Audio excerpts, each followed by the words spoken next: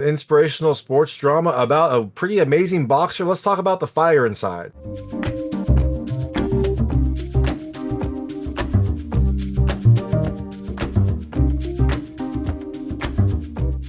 Hey everyone, it's David Stark from Watcher Pass, and I'm here to talk about The Fire Inside, which is coming to theaters on December 25th, 2024, a Christmas Day present for all of us. There are a few movies coming out on Christmas Day. That must be a new release strategy, but this is a pretty good one. It tells the true story of Claressa Shields, an amazing female boxer, probably the greatest female boxer of all time, from her growing up and some of the things that happened to propel her to become this amazing fighter. So, is this movie worth watching? My hot take is I think you should watch it. It's a sports drama that has plenty of drama and heart, but I also love that it told a compelling story and subverted some of the genre tropes. I really liked kind of like how it developed like your kind of typical sports drama, but then went on a little after that. So I definitely think you should check it out when it comes to theaters on December 25th, 2024. And I'm going to tell you a little about the film, a few things I like, a few things I didn't like, and then really quickly go into a very light recap. It's based on a true story. So I'm not going to go crazy into it, but I'm going to talk about like why I liked the ending and why I liked how it kind of subverted some of the drama tropes. So won't be a very long episode. It'll be about maybe 2 boxing rounds, but we'll see how it goes. Now, in The Fire Inside, like I said, you've got the story of Claressa Shields. She was a young kid growing up in Flint, Michigan, who didn't have a ton of means, didn't have a great opportunity, but she found a coach in Jason Crutchfield who helped her to helped to like build her potential, helped her to realize her dream, and trained her into a pretty great boxer who maybe gets a shot at changing her life and maybe making the Olympics. So, things I liked about this movie. The first, I love the action. It's a sports movie. There's decent boxing action, not as much as I was expecting, but there is some pretty good boxing action. I love sports dramas. I'm here for the sports, so the action has to be pretty good, and this movie has it. The second thing I love the heart. Like again, I'm a sucker for inspirational sports dramas. They tend to have action and heart. This one has it, especially this young kid who has this like desire to do well, is against all odds, and is kind of like against also you know the unfair perception of women in sports, especially a violent sport like boxing. The third thing I love Brian Tyree Henry. He played her coach, Jason Crutchfield. He's really good. Like he does a phenomenal job. He's probably the best performance in this movie, and he definitely ties it all together. He's a good character. He is an inspirational character. He has his own issues as well that you get to see, and I really liked him. Every time he was on screen, I liked it much more. The fourth thing I love the drama. Kind of related to the heart, but there is a ton going on against Claressa both before and after her competitions, and that is kind of the main thrust of this film. But it's also what gives inspirational sports dramas the things that I love. And the last thing I love the turn. Like I said, the ending wasn't what I expected, and I liked that. I liked how it was a little bit different from your typical genre films. So, all that being said, things I didn't love as much. The first, there's some corny writing, there's some so-so writing. It's a sports drama. You're gonna get that. It's not a big surprise, but there are some lines that didn't have like the oomph that I was expecting. And the second thing I didn't love as much, there's also some corny moments.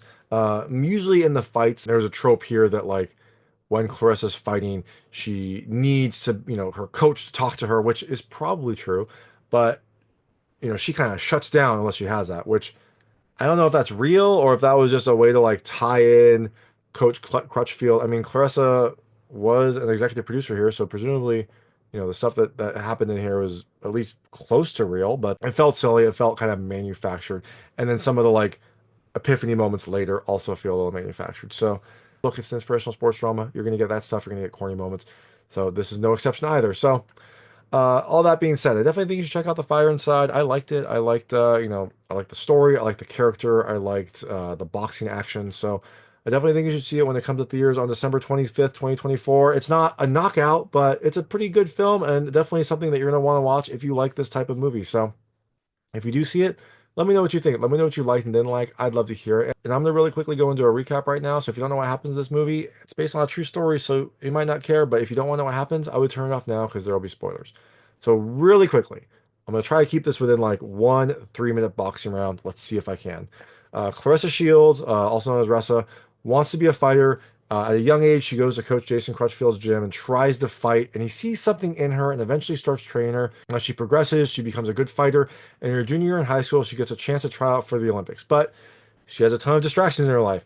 She doesn't have a great home situation. She has, influences from school, things like that. And she doesn't get the same kind of respect and resources that her peers get. But through her like sheer determination, her sheer skill, and that like fire inside of her, she eventually gets to the qualifiers in Shanghai. Now, when she gets there, she is matched up against who would eventually be her like main rival, Savannah Marshall, this boxer from England. And she loses to Savannah in an early round, but she still eventually qualifies for the London Olympics. So she goes to the 2012 London Olympics.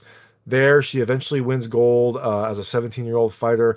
This is that moment where you're like, oh, this is amazing. Like she overcame all this adversity. She got to the Olympics. She won gold. But one thing I was surprised at is like the fights in London weren't as detailed as I would expect for a movie that has this as the penultimate moment, the big build-up moment, the finale. Even the last fight, you only get like 1.5 rounds. Usually you would get like snippets of each round so you could see what happened. But that's not where this movie ended. Normal movies, this would be the end. She gets the gold, she goes on, everything's great. Not this movie, and that's why I love this movie. So afterwards, you see her after, and she is not getting what she wanted. She thought she gets the gold, she gets the endorsement, she gets the money, she gets to help her family, she gets to like build a life. That didn't happen for her. She, has she gets some credit from it, and she's been helping her family. So like the next scene we see, she like pays off her mom's overdue bills and is able to get like electricity and water back in the house. Like, oh, she's doing great. This is fantastic. But no, she's not doing great. Her life essentially hasn't changed. She has this medal, but she's not getting the kind of respect and monetary compensation that she thinks she deserves. And so eventually she just gets kind of tired of it. She gets tired of training. She doesn't want to like live this life and train for another medal, which she doesn't think it's going to get her anything. She already got the gold. Didn't change her life. Why is she going to train for another medal that's not going to change her life? She doesn't want to like play the game of being like a female athlete where you have to like look a certain way and talk a certain way. She wants to be herself, and that's not marketable. So she's just kind of like done with it. Now, eventually, she was living with her coach earlier because her mom threw her out, and eventually her coach kicks her out because she doesn't seem to want to train and she doesn't seem to give him the respect he deserves. And so she stops living with her coach. She starts kind of being like a normal girl. She goes to prom. She's talking to her boyfriend about moving in. And then it seems like something clicks in her. She like realizes that I guess that's not her. She's like, we see a scene where she's sleeping and she's just like eyes open. She doesn't love this life, I guess, which is weird because she didn't seem to like her boxing life either. But it sounds like this was a realization for her. She's not happy unless she's like training and boxing. So she ends up going to a training camp in Colorado, but before she does that, she talks to them and like negotiates a higher stipend for all female boxers. They say like, "Hey, we can." Originally, they said we can give you $1,000 a month as a stipend. She's like, "Wait, but the male fighters are getting 3,000, and they're not. They didn't win a medal. I won a gold. Like, why should I get less?" So eventually they're like, we can give you 3,000. We can give you what the males get. And she's like, no, give it all the women that. Like, there's no reason that we should get less. So eventually she succeeds. She gets a higher stipend for all the female boxers. She goes to Colorado. This movie ends with her going to Colorado on a bus to see the country and also like eventually start training more. Then we get the epilogue. We find out that she went to Brazil and became a pro fighter. Then we get the epilogue. We find out that she went to the Brazilian Olympics in 2016, won gold, and then became a pro fighter. As a pro fighter, she won like 15 titles in 5 different weight classes. She has not been defeated as a pro, and she had a rematch with her rival Savannah Marshall in England in like 2022, where she got paid $1 million. So seems like all that hard work eventually paid off. It seems like she finally was starting to get the recognition that she deserved. And it seems like she ended up better than okay. So that is The Fire Inside. Like I said, I liked it. I definitely think you should check it out. I like that it's a inspirational story, has a ton of drama and heart, and it also has an ending that kind of threw me a little bit for a loop. So if you do see it, let me know what you think. Let me know what you liked and didn't like. I'd love to hear it. And thanks so much for watching. If you like this review, please like and subscribe to this channel. It helps me a lot. Make sure all my new content goes straight to you. Thank you.